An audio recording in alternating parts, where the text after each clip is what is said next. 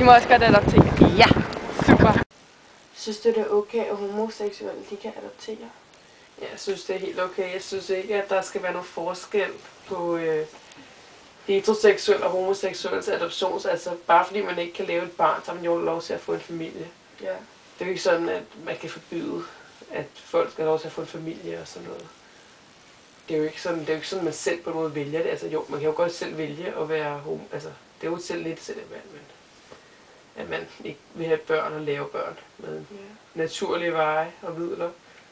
Men ja. Synes du godt, at homoseksuelle må adoptere? Ja, men jeg synes til gengæld, at der er så mange heteroseksuelle par, der bare virkelig ikke kunne adoptere.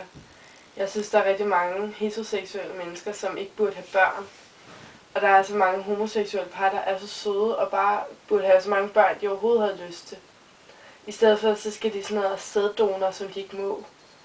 Det er der i hvert fald rigtig mange stramme regler for. Og de kan ikke adoptere, og de kan jo ikke selv lave et barn, medmindre de gør det med en mand. Og nu tænder de jo på en dame, og så er det jo bare slet ikke det samme.